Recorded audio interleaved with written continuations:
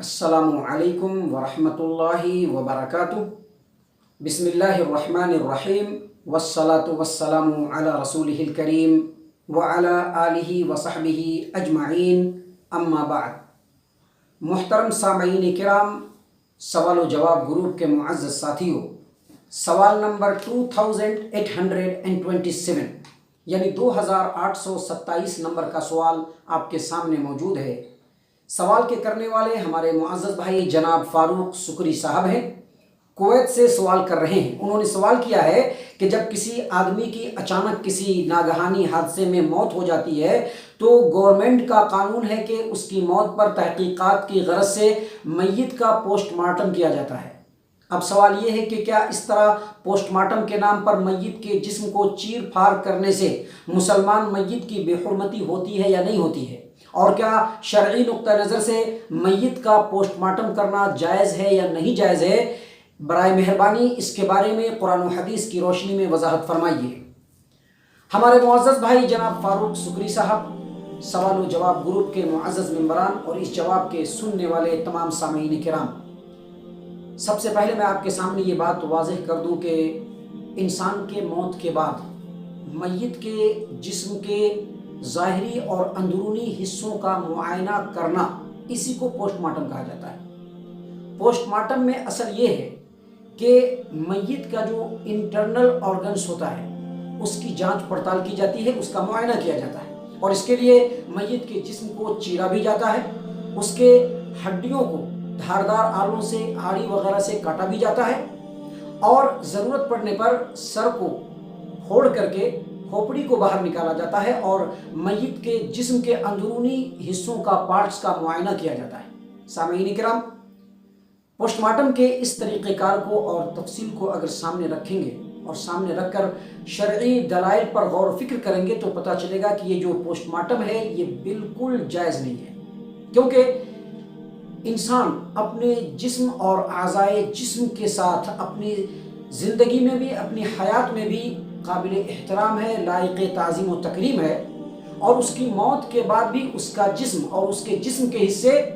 نہ صرف یہ کہ قابل احترام ہے بلکہ لائق تعظیم و تکریم ہے۔ اس کی کسی بھی طرح سے توہین کرنا نہ تو شرعی اعتبار سے جائز ہے اور نہ ہی انسانیت کے اعتبار سے۔ یہی وجہ ہے کہ محسن انسانیت رحمت عالم صلی اللہ علیہ وسلم نے انسانیت کو اس معاملے میں بہت عظیم اور بہت ہی پیاری تعلیم دی ہے۔ آپ دیکھیے، پیارے رسول صلی اللہ علیہ وسلم کی حدیث ہے، سنن ابی داؤد کتاب الجنائز حدیث نمبر 3207،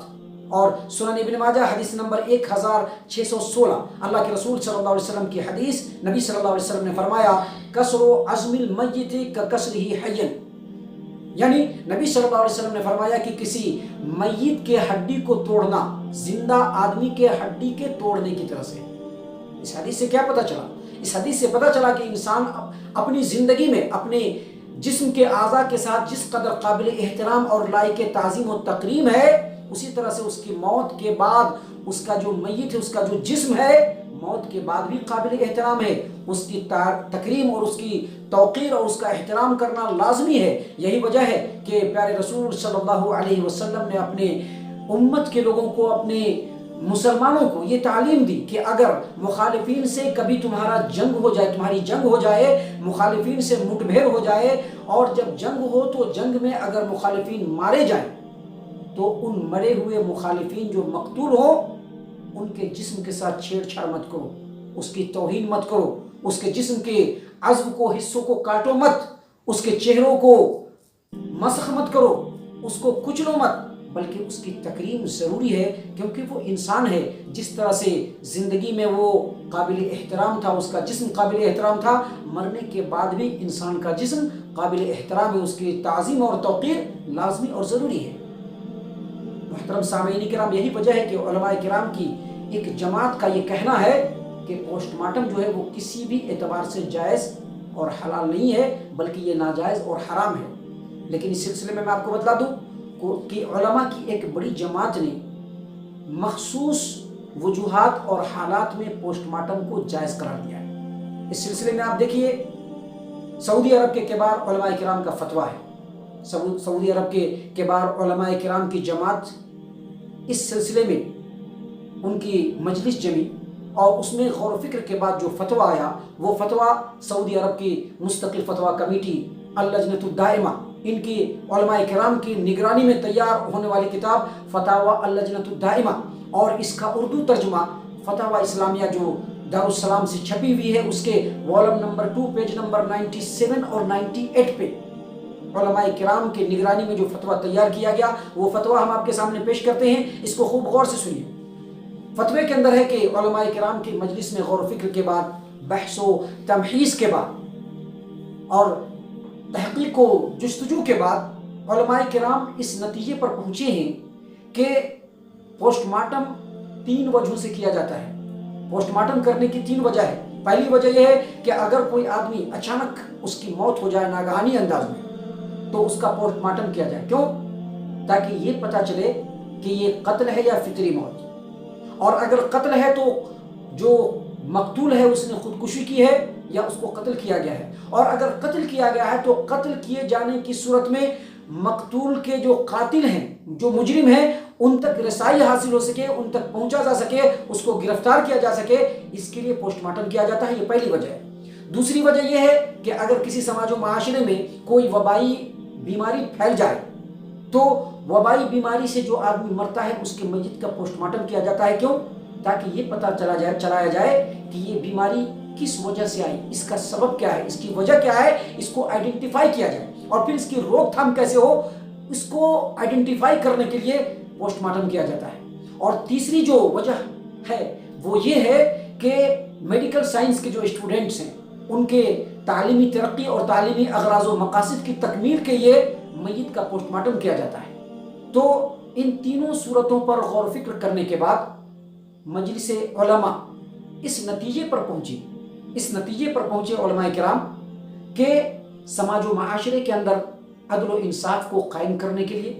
سماج و معاشرے کے اندر امن و سکون کی فضا کو لانے کے لیے، سماج و معاشرے کے اندر جو وبائی مرض پھیلا ہوا ہے اس کو دور کرنے کے لیے میت کا پوسٹ مارٹم کرنے کی اجازت ملنی چاہیے۔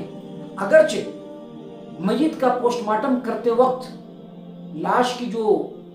تعظیم و توقیر جو ہے، جو مجروح ہوتی ہے اور اس کی جو بے حرمتی ہوتی ہے، اس کے مقابلے میں انسانی سماج و معاشرے کو بے شمار فائدے اور مصلحتیں حاصل ہوتی ہیں، اس کے پیش نظر اس کو برداشت کیا جانا چاہیے۔ اور علماء کرام کے مجلس ان تمام صورتحال کو سامنے رکھ کر کے یہ فتویٰ صادر کرتی ہے کہ ان 2 صورتوں میں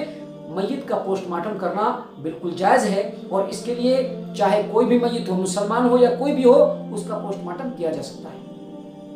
رہی تیسری صورت کہ میڈیکل سائنس کے اسٹوڈنٹ کے تعلیمی مقاصد کے لیے میت کا پوسٹ مارٹم کرنا، تو اس پر بھی اگر شرعی دلائل پر غور و فکر کیا جائے اور شریعت کے مصلحتوں پر غور کیا جائے تو یہ بات ثابت ہوتی ہے اور گنجائش نکلتی ہے کہ شریعت یہ تقاضا کرتی ہے، شریعت یہ چاہتی ہے کہ انسانی سماج و معاشرے میں خیر و بھلائی زیادہ آئے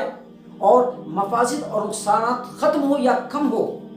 اور اگر کسی مسئلے میں، کسی معاملے میں 2 برائیوں کو اختیار کرنا ضروری ہو، 2 نقصان والے چیز کو اختیار کرنا ضروری ہو، تو کم برائی یا کم نقصان والے چیز کو اختیار کرنا چاہیے، شریعت اس کی اجازت دیتی ہے۔ اور اگر 2 اہم مصلحتوں کو اختیار کرنا ہو تو جو سب سے اہم مصلحت ہوتی ہے، اہم فائدہ ہوتا ہے، اس کو قبول کرنے کی شریعت اجازت دیتا ہے۔ اور یہ بات معلوم ہے کہ انسانی جو لاش ہے اس کے پوسٹ مارٹم سے میڈیکل سائنس کے میدان میں جو ترقی حاصل ہو رہی ہے وہ جانوروں کے پوسٹ مارٹم سے حاصل نہیں ہوتی ہے، اور انسانوں کے پوسٹ مارٹم کرنے سے جس طرح سے میڈیکل فیلڈ میں آئے دن ترقی کے راہ کھل رہے ہیں، ان اعلیٰ مقاصد کو پیش نظر رکھتے ہوئے علماء کرام کی مجلس یہ فتویٰ دیتے ہیں، یہ اجازت دیتے ہیں کہ اس صورت میں بھی میت کا پوسٹ مارٹم کرنا جائز ہے، البتہ میت کے جسم کی تعظیم اور توقیر کو بالکل فراموش نہ کیا جائے، اور کسی معصوم بے گناہ آدمی کے میت کو اس سلسلے میں تختہ مشق نہ بنایا جائے۔ تو یہ جو فتویٰ ہے یہ سعودی عرب کے کبار علماء کرام کی جماعت نے یہ فتویٰ لکھا ہے، ان کا یہ فتویٰ ہے، اور یہ فتویٰ آج بھی کتاب کے اندر موجود ہے۔ اور بالکل اسی طرح کا فتویٰ مصر کے ایک بہت بڑے عالم دین علامہ رشید رضا رحمہ اللہ، انہوں نے بھی بالکل اسی طرح کا فتویٰ دیا ہے کہ اگر اس طرح کے وجوہات ہوں تو ان وجوہات کی موجودگی میں میت کا پوسٹ مارٹم